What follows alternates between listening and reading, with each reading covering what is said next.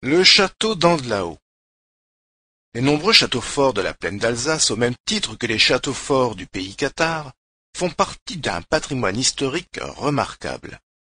Si le château du Haut-Königsbourg demeure aujourd'hui le plus célèbre et le plus visité des châteaux forts de France, il n'en reste pas moins que tous ces bâtiments majestueux, construits il y a plusieurs siècles, font l'objet aujourd'hui de toutes les attentions de la part de leurs propriétaires. Le château du Haut-Andlau, plus souvent appelé le château d'Andlau, fait partie de cet ensemble de constructions du Moyen Âge. Malheureusement, le temps, et surtout les guerres, lui ont donné un visage bien différent de celui qu'il devait avoir lors de sa splendeur.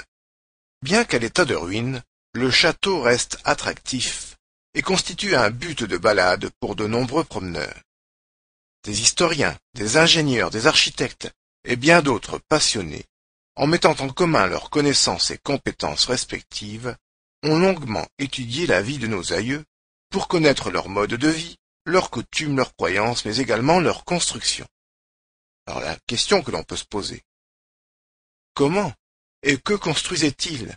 Avec quels matériaux et quel matériel? Et c'est à partir de toutes ces études que des plans et dessins du château d'Andlau ont été établis. On peut considérer aujourd'hui qu'ils correspondent assez bien à ce que devait être ce château aux différentes époques de sa vie. Construit en bloc granitique à 451 mètres d'altitude, le Haut-Andlau domine la vallée d'Andlau et de la Kirnek.